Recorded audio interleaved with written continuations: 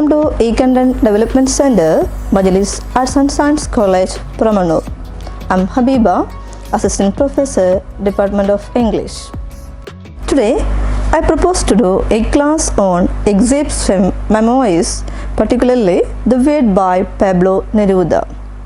It's a chapter from Signatures, a common text for third some BA BSc students. After its completion, you will be able to understand more about Neruda's biography and approaches in total. Normally, reading out the life history of a remarkable or successful person often influences, motivates, and provides encouragement. As students, you will learn about the challenges they have overcome and also make connection to your own lives. Before moving on the text, let's look into the writer. Naftali Ricardo Reyes Basalto, or Pablo Neruda, the Chilean poet and diplomat who was born on 12 July 1904 in Parral, Chile. And he was Chile's most beloved poet and a staunch supporter of the Communist Party.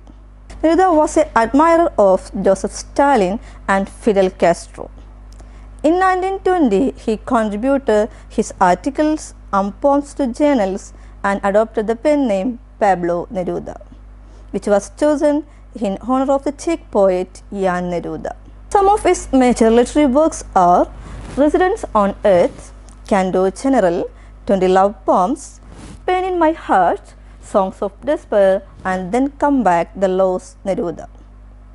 Then, with the publication of 20 Love Poems and Canto General, Neruda won considerable fame. He wrote Canto General in 1950 exclusively for the politically oppressed, and it also celebrates the Latin American heritage of Neruda.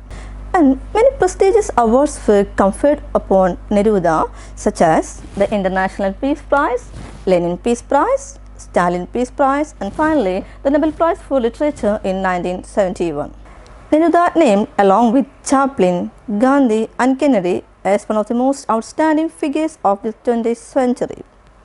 As Neruda wrote in his memoirs, his house was a collection of toys.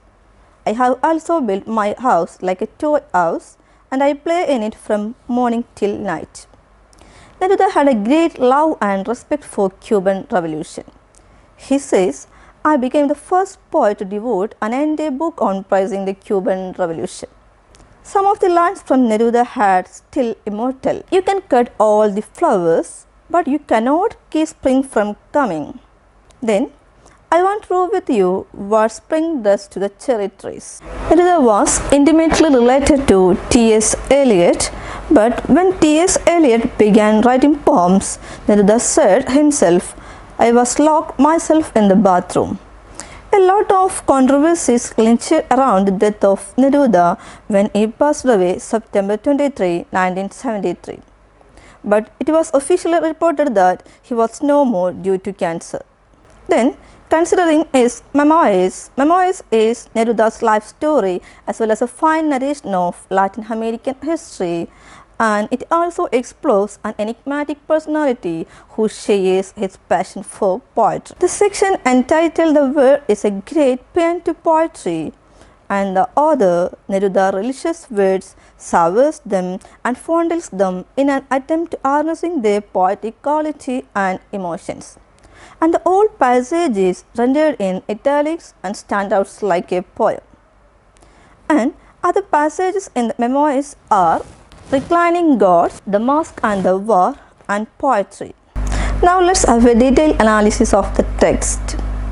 The Word proved the multitude potential of Word and Neruda's intimate affiliation with Word that proved his personal and political life.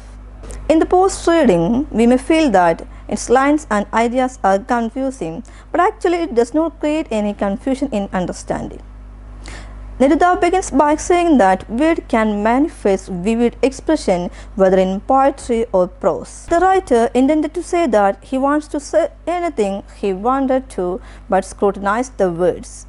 He loved and bowed and sometimes cling and run for clutching the words. Neruda loved words so much because they come unexpected. Neruda loved vowels because they glitter like colored stones. They leap like silverfish, they form threads and metal.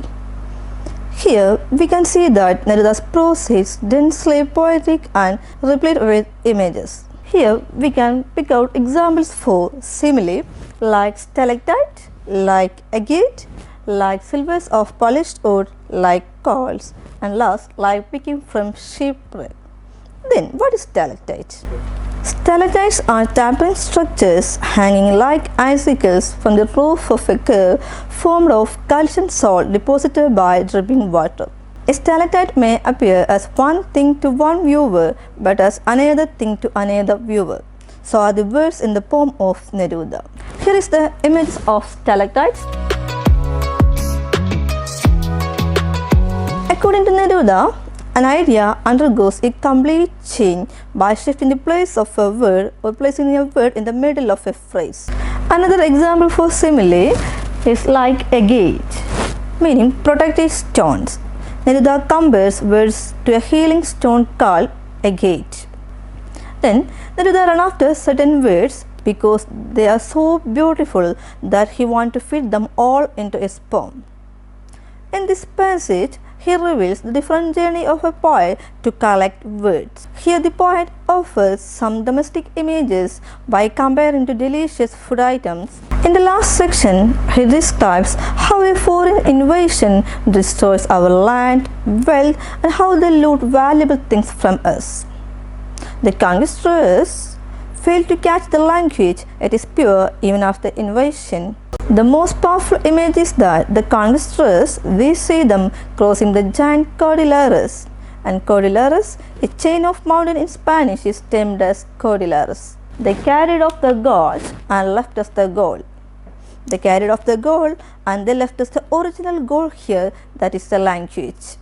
Now we are going to end the section. In short, words help us very much for expressing our feelings, emotions and thoughts, especially a poet. In short, Neruda's lines are highly decorated with polished language and poetic expression. And the word is Neruda's tribute to his uncontrollable passion for poetry. And while reading through these lines, one sees a man read with poetry and reveling its intoxication. And the whole passage is highly replete with images and surrealistic expression. It's highly suggestive and picturesque. Hope you appreciate. Thank you.